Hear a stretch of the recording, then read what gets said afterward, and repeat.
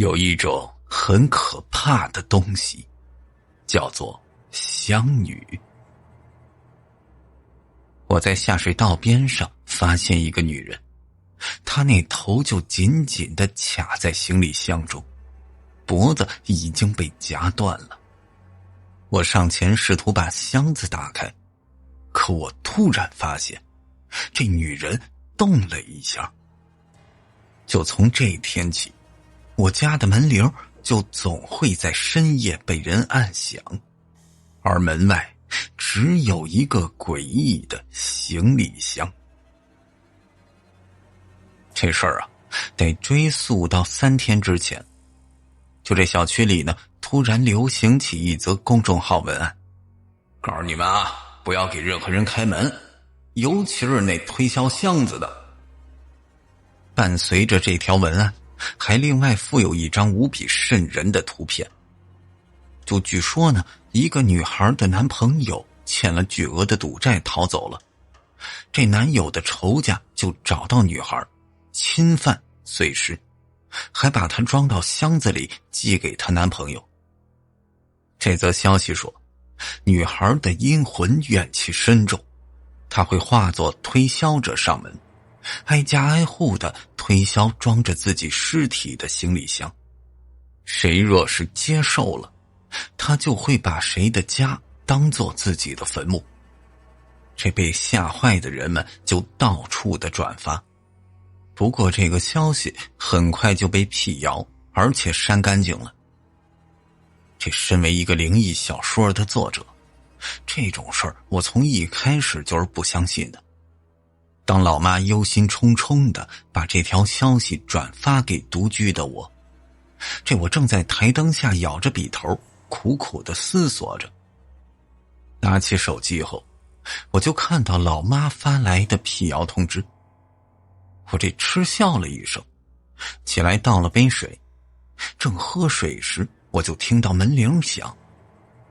自打全职写小说以来，我几乎断绝了所有跟外界的联系。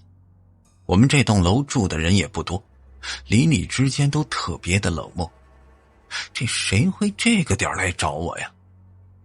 我放下杯子，移动到猫眼处，这外面站着一个戴着帽子的白衣女人，她那胸口绣着一朵很大的玫瑰花，红的像是能滴下血来。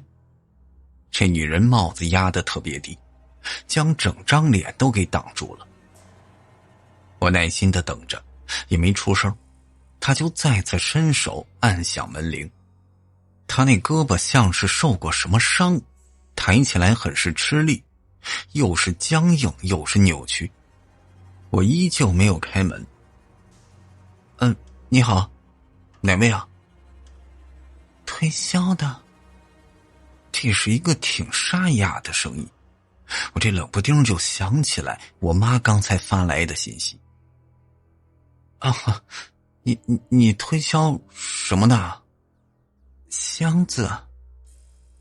暗哑却清晰的2个字。哇靠，这不会这么凑巧吧？我倒退2步，这深夜上门搞推销，不管是什么原因，我都不应该开门。那啥，不好意思啊，我不需要。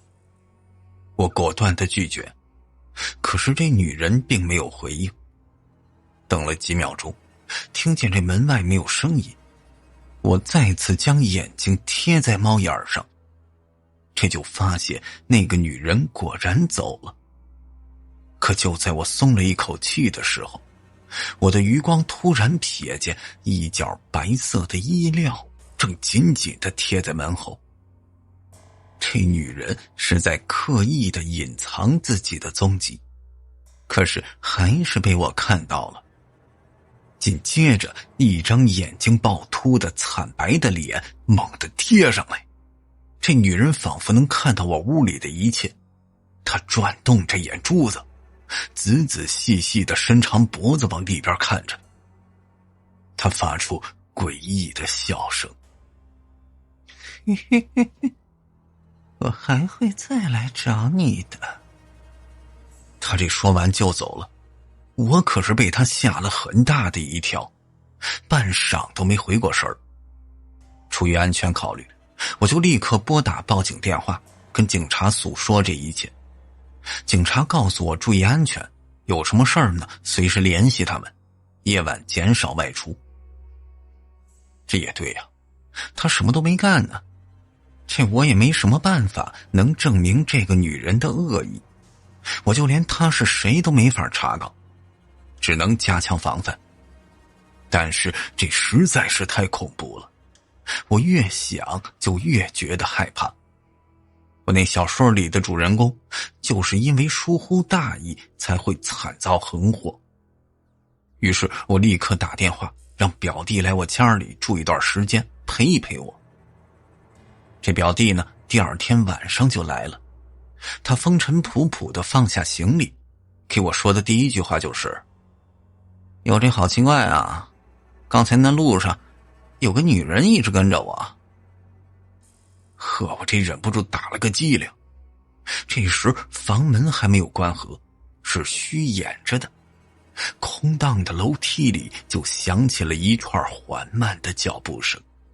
我这立刻掰开表弟呼过去关门。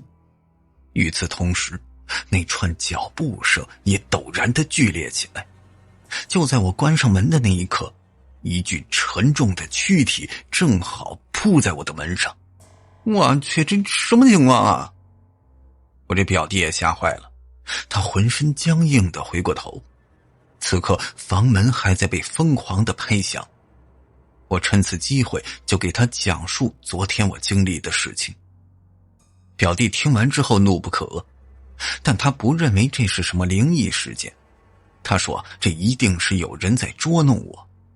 随即他就要开门出去跟这女人理论，但被我赶忙拦下来。不是，你知道吗？这恐怖小说里主角都是死于好奇心啊。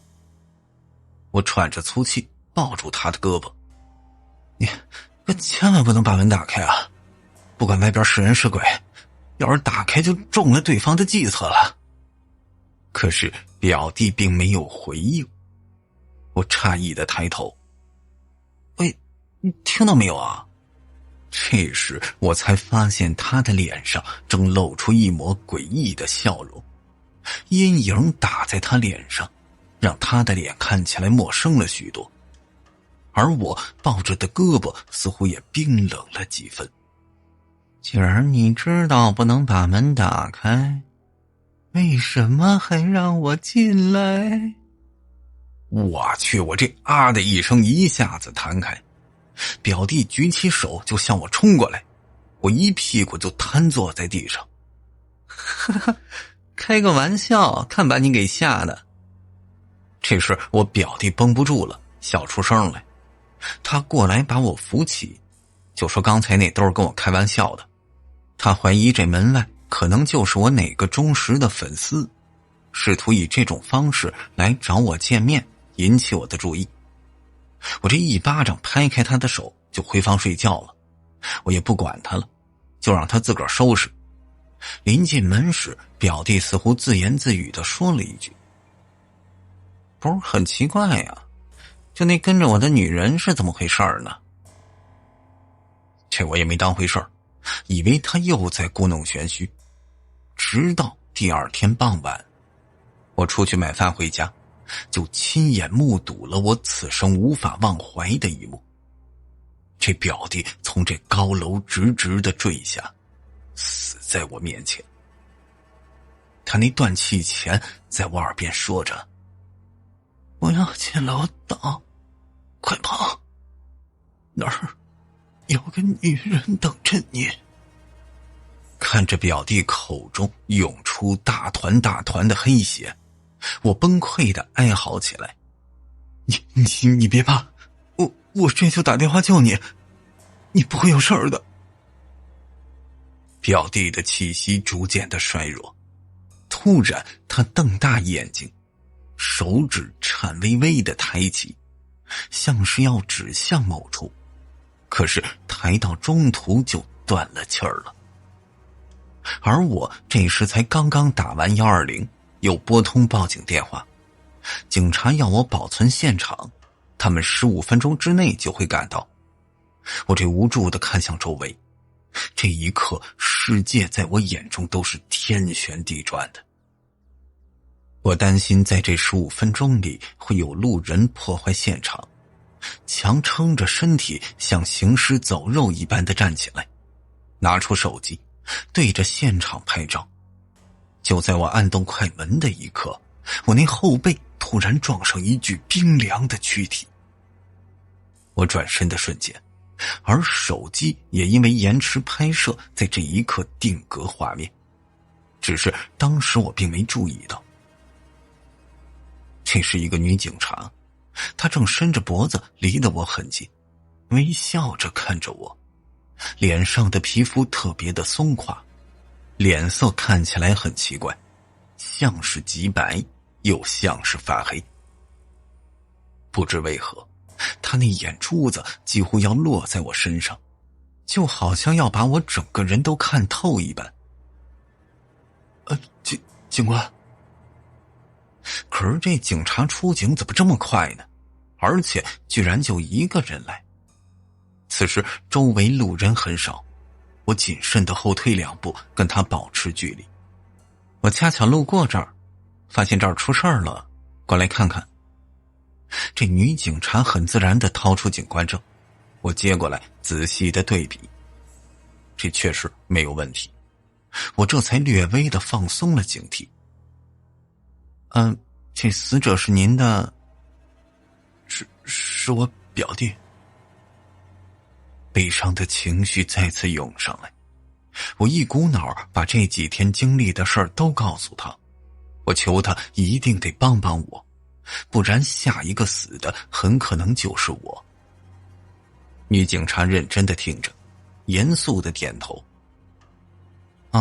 我大概知道了，你这种情况不是个例，之前也有人跟我报过警，不过最后都解决了。没想到这女人又找上你。能有办法解决啊？我瞪大着眼睛激动地说。那求求警察姐姐帮我，我真不想死啊。现在这事儿呢，确实到了非常可怕的地步，因为那个女人已经开始杀人。不过你放心，只要从现在开始你一切都听我的，我保证你没事儿。这女警察的声音就给了我很大的安抚。你现在先回家吧，我等我同事赶到后就去找你。你回家之后立刻将门锁住，任何人敲门都不要开。可是我表弟刚才说。快去呀！这时女人的脸色突然变得很厉，她那声音抬高了8度，变得十分的尖细，仿佛再晚一步我就会遭遇非常可怕的事情。这我儿被她吓住了，赶紧点头就往楼道里跑。刚刚踏入楼道时，我就突然想起来应该把刚才拍的现场照片发给警察。可是当我打开相册时才发现，这他妈我拍错了。我这手脚顿时冰冷，就看这相片中的女警官，那头已经吊在胸前，而她那脖子上有一个很大的血口子，里边还伸出一张更加恐怖的脸，就是那个敲我家房门的女人。这时电梯铃响了，有人来到1楼。我这就意识到我他妈上当了，我不该听信这个女人的话。这一刻呢，我全身的肌肉都绷紧了。正当我即将转身奔逃时，我听到一声很清脆的声音：小月哥哥。这电梯里跑出来一个小女孩，正是我楼下的邻居女儿琳琳。这以往都是跟她妈妈在一起，不知为何今天她独自下楼扔垃圾。不能在这儿停留太久，我立刻上前抱住女孩就往外跑。我这一口气儿就跑到小区最热闹的广场，这从前我最讨厌的那群广场舞大妈，如今却带给我极大的安全感。琳琳自始至终没有大喊大叫，她一路乖巧地趴在我肩膀上，一言不发。等我停下了，她伸出肉乎乎的小手戳了戳我的脸。你的额头上有好多汗呢。我这心里的恐惧还没有消散，我认真地盯着她。那啥，琳琳啊，你听我说，你一定要听我的，回去告诉你妈妈，最近如果有上门推销箱子的女人敲你家门，都不能开。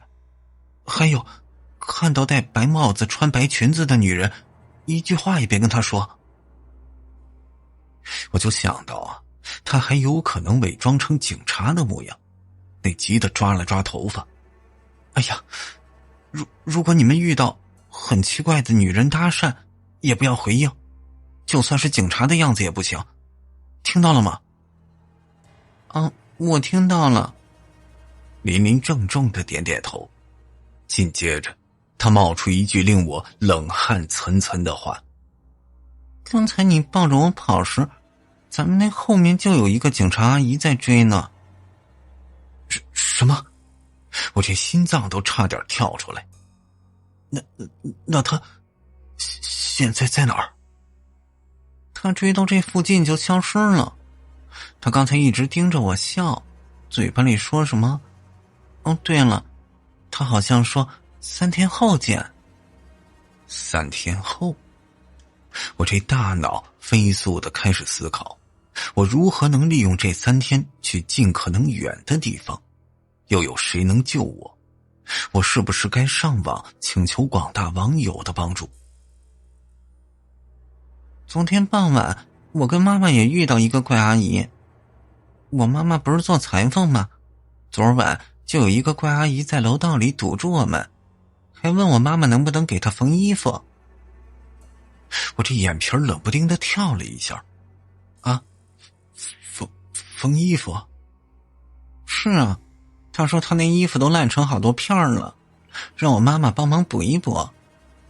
那个阿姨长得好吓人，我看到她就害怕，我特别不想让妈妈答应她，可是妈妈说我们不能以貌取人，还狠狠地教训了我一番。那所以你妈妈答应了？嗯。这琳琳愁眉苦脸。那怪阿姨特别开心，她说第2天就来取，就是今天。可她从头到尾都没把衣服给我妈妈呀。不过她倒是给了我们很多钱，一大把的钞票。这事我就感觉有些不妙，我当即让琳琳带着我去她家里找王阿姨。到了琳琳家门口，我正要敲门，可是这手轻轻的一推，门就开了。琳琳解释说，自打昨天见了那个阿姨，王阿姨回家之后就不允许锁门。我慢慢的走进房间里，就听到很用力的踩缝纫机的声音，一下接着一下，这听起来像是想要把缝纫机给踩断。而那埋头在无数破烂线头里不知道干什么的，居然正是王阿姨。她正在面目狰狞地操作着，脸色白得吓人，嘴里振振有词，不知道在念叨什么。听见我叫她，也完全的不回应。这明显就是中邪的样子，可是我不敢完全的表现出来，我怕吓到琳琳。我轻声的问她，那管阿姨给你们的钞票能让我看看吗？拿。琳琳立刻答应。我妈妈的钱都放在她床头柜的抽屉里，我去给你拿。琳琳蹑手蹑脚地溜进房间，而在这个过程中，王阿姨居然自始至终就没有抬头，她仿佛完全沉浸在自己的世界里。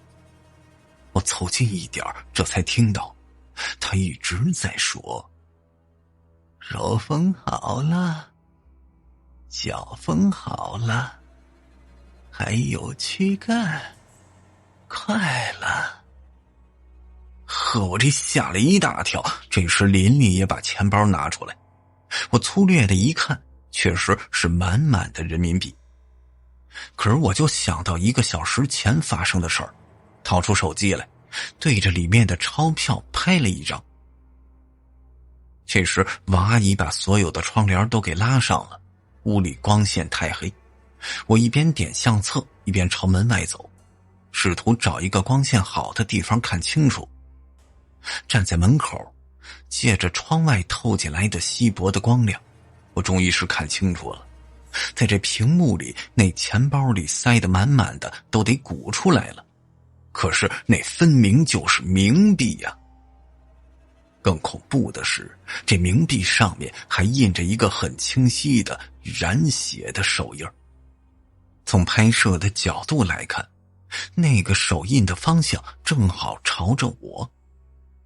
我这差点没站稳，差点把手机给扔出去。我突然就有种冲动，想要回到房间，再用这相机拍一下，看看那王阿姨缝的是什么东西。可是我一想，如果真的证实我的猜想，那我这条件反射的就干呕了一下。我无力地意识到，这王阿姨或许也会像我的表弟一样无辜的惨死，而这一切都是那个乡女作祟。那我该怎么办呢？面对已经着魔的王阿姨，恐怕现在我说什么她都不会听了。而现在那个乡女马上就要来了，她会来取走自己被缝好的衣服，不，是身体。一旦她那身体被补好，后果可想而知。于是我做了一个自己都觉得疯狂的决定。等我浑身颤抖地回过神来，我的手中就抓着一把缝纫机下的布料，我那胳膊上已经出现很多道深深的抓痕和咬痕，这都是刚才王阿姨失控之下造成的。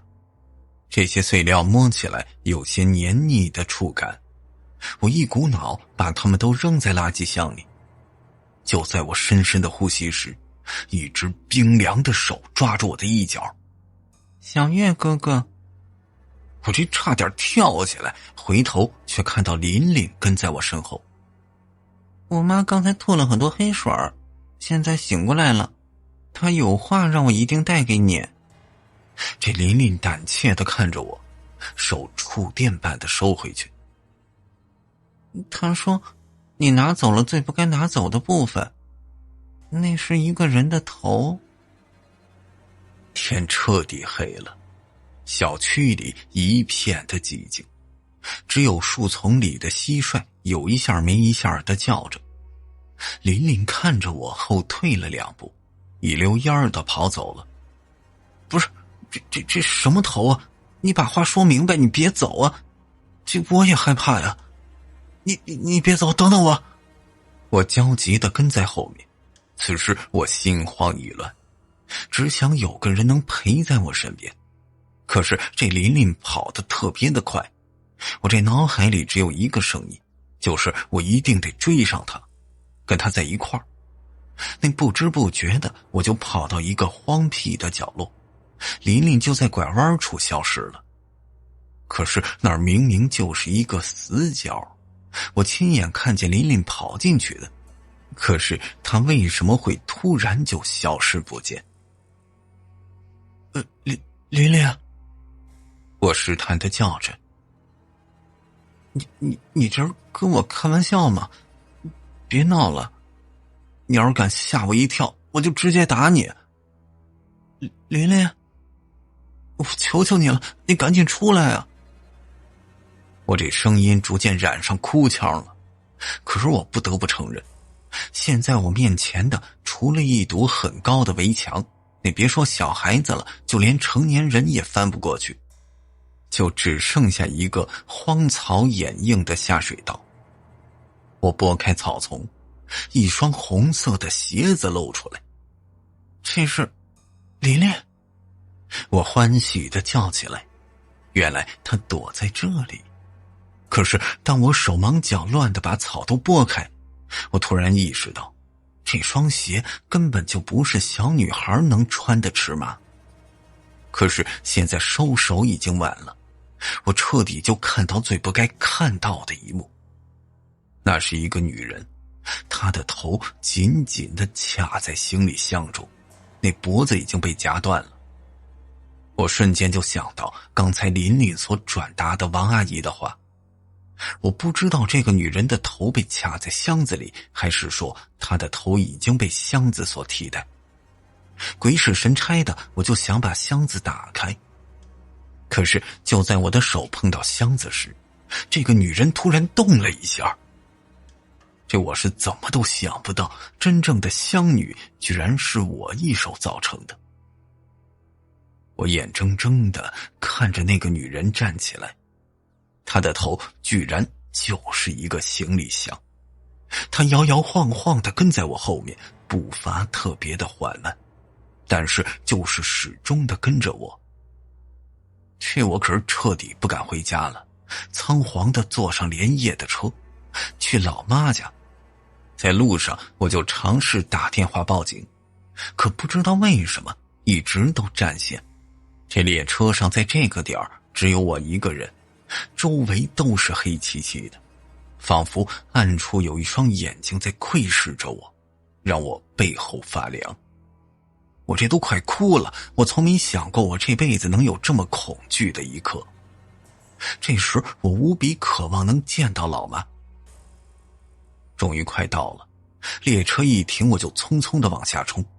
街道上行人稀少，我拼命地奔跑着。可我狂奔到家门口时，记忆中无比熟悉的地方，如今却让我感到陌生而恐惧。因为这门是从外边被锁上的，门被封得紧紧的，上边居然还结着蛛网，那就像是很久没人打扫过一样。2个硕大的花圈就摆在门的两侧，上面还有挽联。冯绍芳女士。我这难以置信的把这些字看了一遍又一遍，这都是亲戚朋友送来的花圈，上面都写着老妈的名字。我靠，这什么情况啊？老妈半个月前就已经去世了。我这心脏陡然被攥得生疼，可我立刻反应过来，我老妈明明前几天还给我发过消息，这怎么可能呢？我狂拍着大门，无人应答，立刻掏出手机拨打小姨的电话。可是不光是小姨，所有的亲戚没有一个人接听，甚至有些都显示是空号。我这仿佛是被世界抛弃了，我绝望地瘫坐在地。不是，这大家为什么都换号了也不告诉我呀？是谁在我老妈门前搞这些恶作剧啊？我痛苦地哀嚎着，可周围的邻居就像是都搬走了似的，没有一个人出现。我精疲力尽地瘫坐在地，大脑一片的空白。不知怎的，我鬼使神差的就按下老妈的号码，可是电话意外地接通了。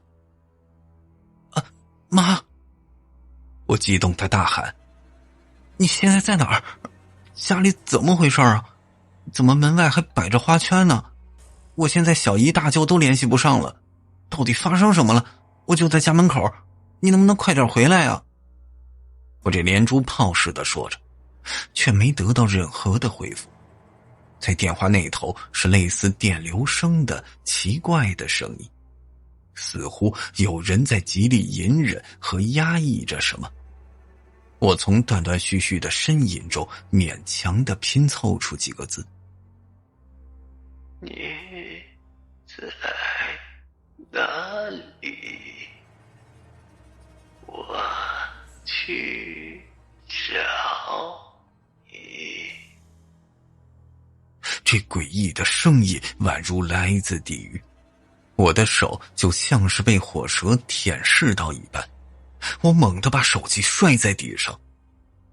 电话那头根本就不是我妈，而是香女。我赤红着眼睛看向花圈，想到最近发生的一切，我突然意识到一件非常可怕的事儿，心凉了半截。这难道我的手机只能联系到死者？从一开始的老妈，到表弟，再到扮作警察的那个被分尸的女人，这些人其实都早就死了。那些我联系不到的亲戚，并不是换了号码，而是因为他们是生者。而我手机那头的声音还在继续。我听到了。这手机那头的东西在辨别我所处的位置，他要来找我。我恐惧地看着屏幕中正在通话的字样，猛地将电话按断。我仿佛陷入到一个巨大的阴谋，无论怎么努力也没法摆脱这个可怕的女人。我都快绝望了，不知道自己还能去哪儿。可我现在必须得尽快地离开。我失了魂般地跑出楼道，车水马龙的十字路口，我的视线都是眩晕的。就在我伸手拦车时，一通电话打到我手机里。我这浑身都僵硬了，我就看到屏幕上出现的是备注为王诗林的人，正是那个跟我住在同一栋楼的女孩琳琳。我已经不记得自己是什么时候把她加入到通讯录的，可现在她居然给我打来电话。我浑身冒着冷汗，这时候能打进我手机的，这是人吗？我的脑海中回想起跟琳琳相处在一起的点滴，只觉得背后无限的冰凉。我突然想起，好像在1个月之前，每当我独自坐在花坛旁，或者我出门散心走进一条僻静的小路时，我都能很巧地遇见琳琳。这真的是巧合吗？还是她一直就在跟踪着我？这玩意儿真的怕了，他到底是已经死了，还是他跟香女有什么关系？可是无论我怎么按断电话，试图关机，甚至将手机狠狠地摔在地上，这夺命的铃声都丝毫不停，甚至还越来越大声，死死地缠绕在我的耳边。我终于是认命地接通了。电话接通的一瞬间，琳琳带着哭腔的声音传入我的耳朵。小叶哥哥，我妈妈死了。这我如遭雷击。琳琳告诉我，王阿姨昨晚上就像是着了魔一般，用剪刀疯狂地往自个儿身上捅了好几个大窟窿，嘴里还一直念叨着什么。他一边往自己的身上捅着血窟窿，一边下跪朝着一个方向连连的叩头。最后他活生生地把自己的脖子捅了个大洞，头就这么垂在胸前，就跟脖子只连着一层薄薄的皮。可就算这样，他都没有死去。王阿姨甚至咧着嘴对着琳琳说出最后一句话：被盯上的人就绝对逃不掉。听着琳琳的描述，我感到不寒而栗，因为这样的死法不就是我从相机里看到的女警察的死法吗？是香女，一定是香女干的。哥哥，回来吧，如果再跑，还会牵连到更多无辜的人，跑不掉的。回家吧。这琳琳的声音逐渐衰弱，电话也戛然而止。我的心重重地沉落下去。原来无论我跑到哪儿，香女都能找到我。老妈、表弟、女警察、王阿姨，他们一个个离开了我，而这一切就是因为我。我回到家里，所幸从前为了专心致志地搞创作，我囤积着不少的食物。一回到家，我立马把门窗锁得紧紧的。我白天行尸走肉地活着，其实我什么都吃不下去，吃一点儿就想吐，只能勉强地喝下几杯水。而到了深夜，总会有人在外按响我家的门铃。就那个人什么都不做，什么话也不说，只是不停地重复地按响着我家的门铃。我透过猫眼往外看，门外空空如也，只有一个方方正正的行李箱。就这行李箱看起来很是破旧，上面落满着灰尘，拉杆都已经磨损得特别厉害了，看起来是被使用过很多次。就是一个非常普通的随处可见的男士拉杆箱。这行李箱看起来平平无奇，可是只有我知道它多么的恐怖，里面藏着多么可怕的东西。我几乎夜夜难眠，做梦都是梦到这里边爬出一个浑身是血的女人，不停地拍打着我的家门。甚至有好几次我就梦见我开了门，那个行李箱缓缓地转向我，居然是那个抱膝蹲着的香女。她伸出长长的四肢抓住了我，最终把我也关进那个箱子里。我带着无尽的恐惧坠入黑暗。我在梦中拼命地喊着救命，我多希望有人能出现拯救我，可是没有，一个都没有。老妈不在了，表弟不在了，王阿姨、琳琳也都不在了，整个楼道里仿佛只剩下我一个人，无人过问我的死活。就这么一天接着一天，我的身心遭受到极大的折磨，整个人迅速地消瘦下去。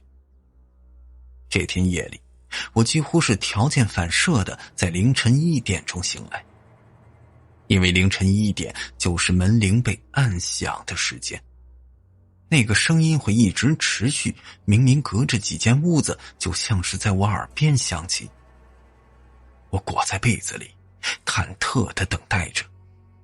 可是出乎我的意料，今儿晚上竟然没有人按响门铃。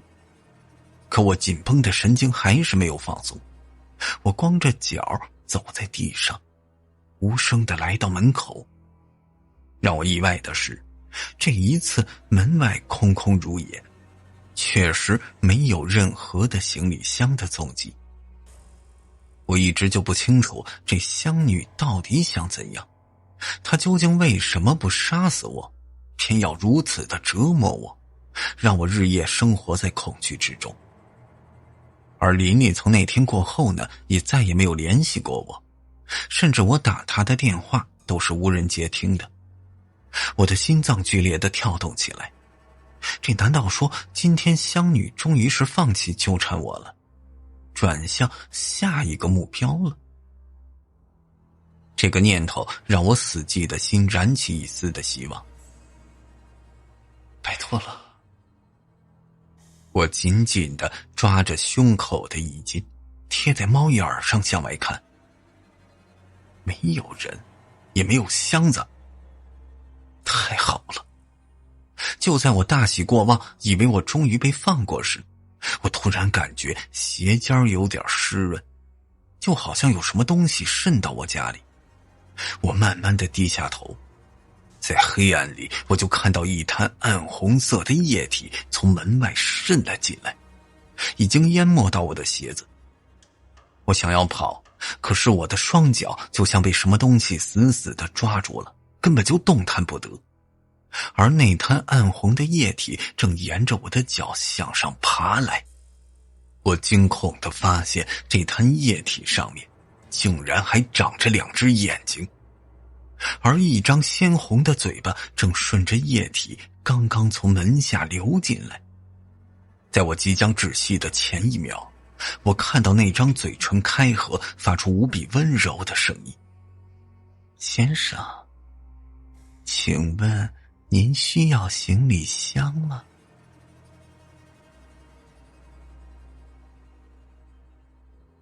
有这样一个女孩，她的男朋友欠了巨额的赌债，把她抵押给债主。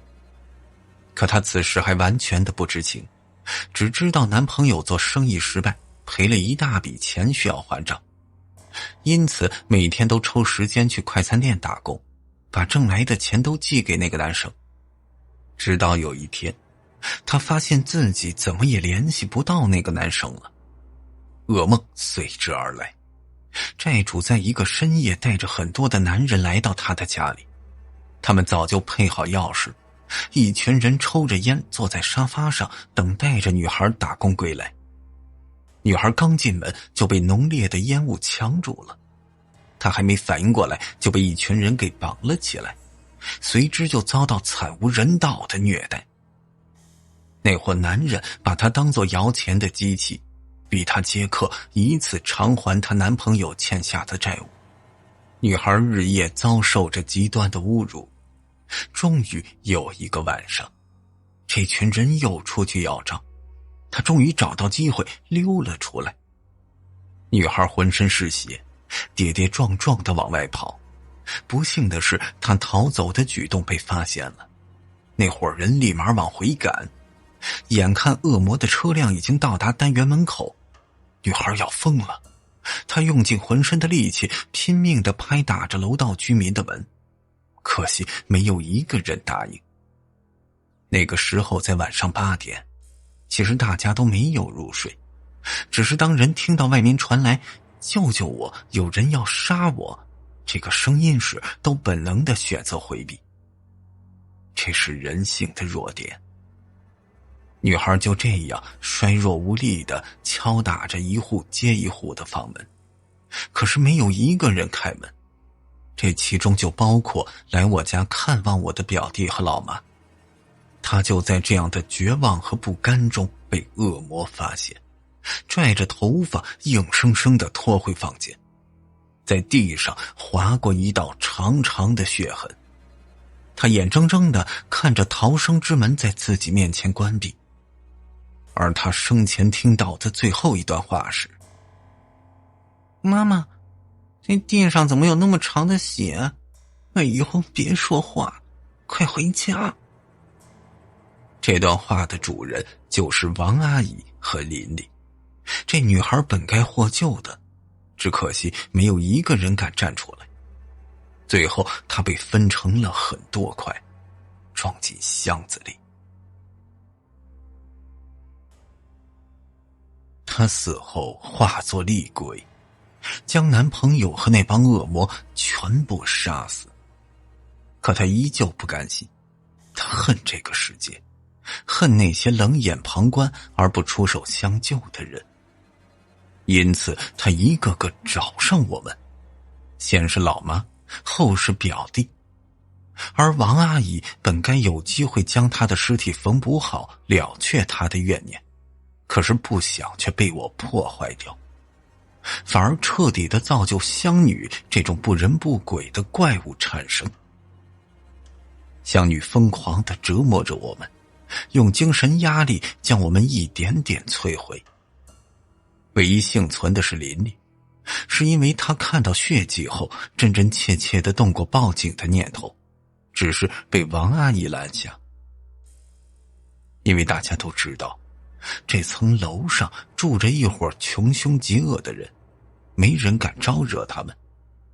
这也是为什么后面我的手机就联系不到琳琳的缘故。